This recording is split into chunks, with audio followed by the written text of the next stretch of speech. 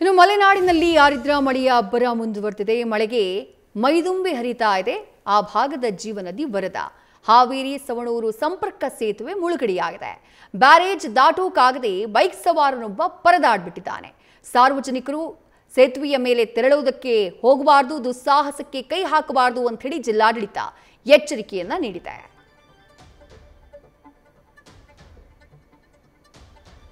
ಸ್ಥಳದಿಂದ ನಮ್ಮ ಪ್ರತಿನಿಧಿ ಶಿವಾನಂದ್ ಗ್ರೌಂಡ್ ರಿಪೋರ್ಟ್ ಕೊಟ್ಟಿದ್ದಾರೆ, ನೋಡೋಣ. ಜಿಲ್ಲೆಯಲ್ಲಿ ನಿರಂತರವಾಗಿ ಸುರಿತಕ್ಕಂಥ ಮಳೆಗೆ ವರದಾ ನದಿ ಮೈದುಂಬಿ ಹರಿತಾ ಇದೆ. ಅಪಾಯದ ಮಟ್ಟವನ್ನು ಮೀರಿ ಹರಿತಾ ಇದೆ. ಸದ್ಯ ಕಳಸೂರು ಮತ್ತು ಹಾವೇರಿ ಸಂಪರ್ಕವನ್ನು ಕಟ್ ಮಾಡಿದೆ. ಅಂದರೆ ಹಾವೇರಿ ತಾಲೂಕು ಮತ್ತು ಸವಣೂರು ತಾಲೂಕು ಸಂಪರ್ಕವನ್ನು ಈಗಾಗಲೇ ವರದಾ ನದಿ ಕಟ್ ಮಾಡಿರುವಂಥದ್ದು. ಸದ್ಯ ವರದಾ ನದಿ ಬಳಿ ನಾವಿರುವಂಥದ್ದು ನೋಡ್ತಾ ಇರುವ ದೃಶ್ಯದಲ್ಲೂ ಕೂಡ ಏನಂತಂದರೆ ಈ ಕಡೆ ಭಾಗದಲ್ಲಿ ಬಂದರೆ ದೇವಗಿರಿ, ಆ ಕಡೆ ಭಾಗ ಹೋದರೆ ಕಳಸೂರು ಮತ್ತು ಇನ್ನೂ ಕೆಲವೊಂದಿಷ್ಟು ಹಳ್ಳಿಗಳನ್ನು ಸಂಪರ್ಕ ಮಾಡುವಂಥ ಸೇತುವೆ ಸಂಪೂರ್ಣವಾಗಿ ಮುಳುಗಡೆಯಾಗಿರುವಂಥದ್ದು.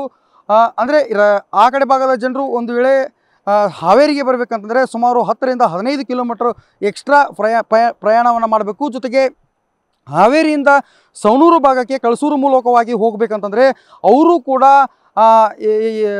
ಬೇರೆ ರೀತಿಯಾದಂಥ ಮಾರ್ಗವನ್ನು ಹಿಡಿದ್ರೆ 10 ರಿಂದ 15 ಕಿಲೋಮೀಟ್ರ್ ಹೆಚ್ಚುವರಿ ಆಗುತ್ತೆ. ಈ ಭಾಗದ ಜನರು ಅಂದರೆ ಕಳಸೂರು ಭಾಗದ ಜನರ ಬಹಳ ದಿನಗಳ ಬೇಡಿಕೆ ಏನಂತಂದರೆ ಇಲ್ಲೊಂದು ಮೇಲ್ ಸೇತುವೆ ಆಗಬೇಕು, ದೊಡ್ಡದಂಥ ಸೇತುವೆ ಆಗಬೇಕಂದ್ರೆ ಇಲ್ಲೇ ಕೃಷಿ ಕಾರ್ಯಗಳು ಹೆಚ್ಚಾಗಿರುವುದರಿಂದ ಆ ಕಡೆ ಭಾಗದ ಜನರು ರೈತರ ಹೊಲಗಳು ಈ ಕಡೆ ಭಾಗದಲ್ಲಿವೆ. ದೇವಗಿರಿಯ ರೈತರ ಹೊಲಗಳು ಕಳಸೂರು ಗ್ರಾಮದ ಕಡೆ ಇದೆ. ಈ ಹಿನ್ನೆಲೆಯಲ್ಲಿ ಒಂದು ವೇಳೆ ಕೃಷಿ ಮಾಡುವಂಥ ಸಂದರ್ಭದಲ್ಲಿ ಸಾಕಷ್ಟು ಅನಾನುಕೂಲಗಳಾಗ್ತವೆ. ಜೊತೆಗೆ ಈ ಒಂದು ವರದಾ ನದಿ ಅಪಾಯದ ಮಟ್ಟವನ್ನು ಮೀರಿ ಹರಿದರೆ ಸಾಕಷ್ಟು ಜೀವ ಹಾನಿಗಳು ಕೂಡ ಆಗಿರುವಂಥದ್ದು.